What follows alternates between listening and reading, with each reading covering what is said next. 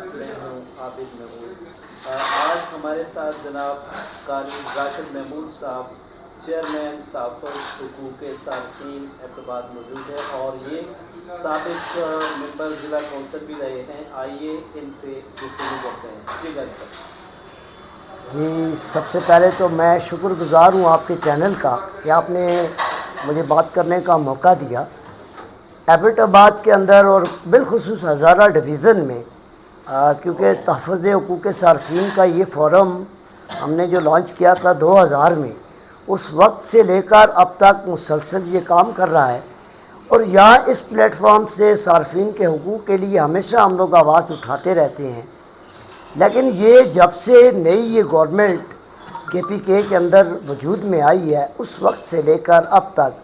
ہم نے نوٹ کیا ہے نہ تو district food and price control committee کی کسی پرائس لسٹ پہ عمل ہو رہا ہے،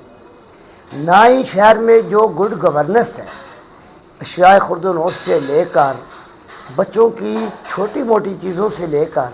آپ کسی بھی آئٹم کو لے لیں، آپ اسپتال چلے جائیں، آپ کو کسی اسپتال میں ایبٹ آباد کے اندر ہیلتھ کے شعبے سے لے لیں، آپ کنزیومر کے ساتھ ریلیٹڈ جتنے بھی شعبے ہیں، جتنے بھی سروسز ہیں، کہیں پہ بھی کوئی ایسی جگہ نہیں ہے کہ جہاں پر بندہ مطمئن ہو کے کہہ سکے کہ جی یہاں پر یہ حکومت وقت لوگوں کو ریلیف دے رہی ہے، یا حکومت کے جو محکمے ہیں یہ لوگوں کے مسائل کے حل کے لیے کوئی ایسے اقدام اٹھا رہے ہیں۔ تو ہم صارفین کے جانب سے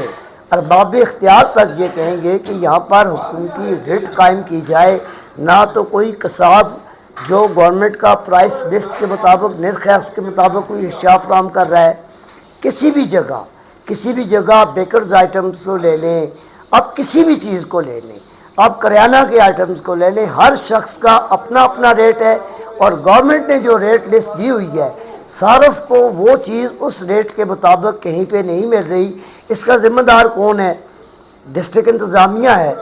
یا صوبائی گورنمنٹ کے وہ نمائندے ہیں کہ جو عوام کی نمائندگی کر رہے ہیں۔ ہم عوامی نمائندوں سے بھی مطالبہ کریں گے کہ جہاں پر دیگر امور کے اوپر بات آپ کرتے ہیں، سب سے بڑا عوام ہے جو آپ کو اپنی ووٹوں سے منتخب کرتے ہیں، جب ان کے مسائل، ان کے پرابلمز آپ ایز اٹ از چھوڑیں گے، آپ ان کی زندگیوں میں کوئی آسانی پیدا نہیں کریں گے، تو پھر لوگ سوال تو کریں گے آپ سے۔ آئندہ کے الیکشن میں جب آپ آئیں گے جب آپ، تو لوگ تو یہ کوشچن کریں گے آپ سے کہ آپ نے ہمارے لیے کیا کیا، آپ نے شہر کی بہتری کے لیے کیا کیا۔ بارشیں ہو جائیں تو شہر سے کوئی گزر نہیں سکتا، یہاں کی جو سڑکیں ہیں تالاب کا منظر پیش کرتی ہیں۔ آپ شہری امور کو واٹر فلٹریشن پلانٹ لگے ہوئے تھے یہاں پر، وہ جو فلٹریشن پلانٹ ہم نے ایک بہت بڑی جدوجہد کے بعد یہاں پر منظور کروائے تھے، تو وہ ان کے تو آثار قدیمہ کا منظر پیش کر رہے ہیں۔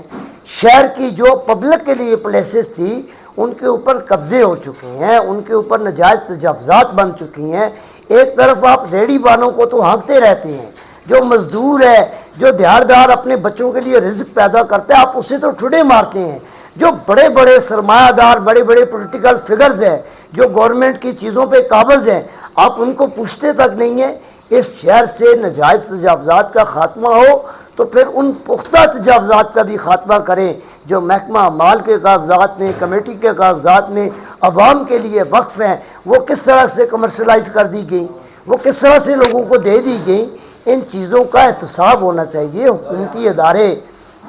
ادارے جو ان چیزوں پہ چیک اینڈ بیلنس رکھتے ہیں، وہ کیوں نہیں چیک اینڈ بیلنس رکھ رہے؟ کیا صارفین آپ کے خلاف روڈ پہ آئیں، ہم اپنے حق کے لیے DC آفس کے باہر مظاہرے کریں، یا بھوک ہڑتالی کیمپ لگائیں پریس کلب کے سامنے؟ اور اگر عوام الناس کی بہتری کے لیے انتظامیہ نے ہوش کے ناخن نہ لیے تو ہم اس حتمی اقدام سے بھی اس پہ مجبور ہو جائیں گے۔ ہم شہر کے تمام علماء اکرام سے اپیل کرتے ہیں کہ وہ اپنی اپنی مساجد کے ممبروں سے یہ بات کہیں کہ لوگوں کو ریلیف فراہم کریں۔ آج اس وقت سفید پوش آدمی بجلی کا بل ادا کرے، بچوں کی اسکول کی فیس ادا کرے، معالجہ علاج کے لیے اپنے اخراجات سپینڈ کرے، وہ کیا کرے؟ کسی نے مکان کا کرایہ دینا ہوتا ہے، بجلی کا بل دیتا ہے، گیس کے بل کی تاریخ آ جاتی ہے، اس کے پیسے نہیں ہوتے، بچوں کو اس نے فیس دینی ہوتی ہے، ان کی ضروریات اپنے بوڑھے والدین کی اس نے دوائی لینی ہوتی ہے۔ وہ گھر کی روزی روٹی کا مالک اگر خدا ہے تو یہ حکمران اور یہ حکومتیں بھی اس کی ذمہ دار ہیں۔ یہ انتظامیہ سے بھی اللہ پوچھے گا کہ جو ریٹ لسٹ تم دیتے ہو تو کیا اس ریٹ لسٹ کے مطابق لوگوں کو وہ چیزیں ملنی نہیں چاہیے۔ اور پھر صوبائی حکومت نے لیبر ڈپارٹمنٹ کے ساتھ یہ ایک معاہدہ کیا کہ ہم 36,000 روپیہ ایک ماہوار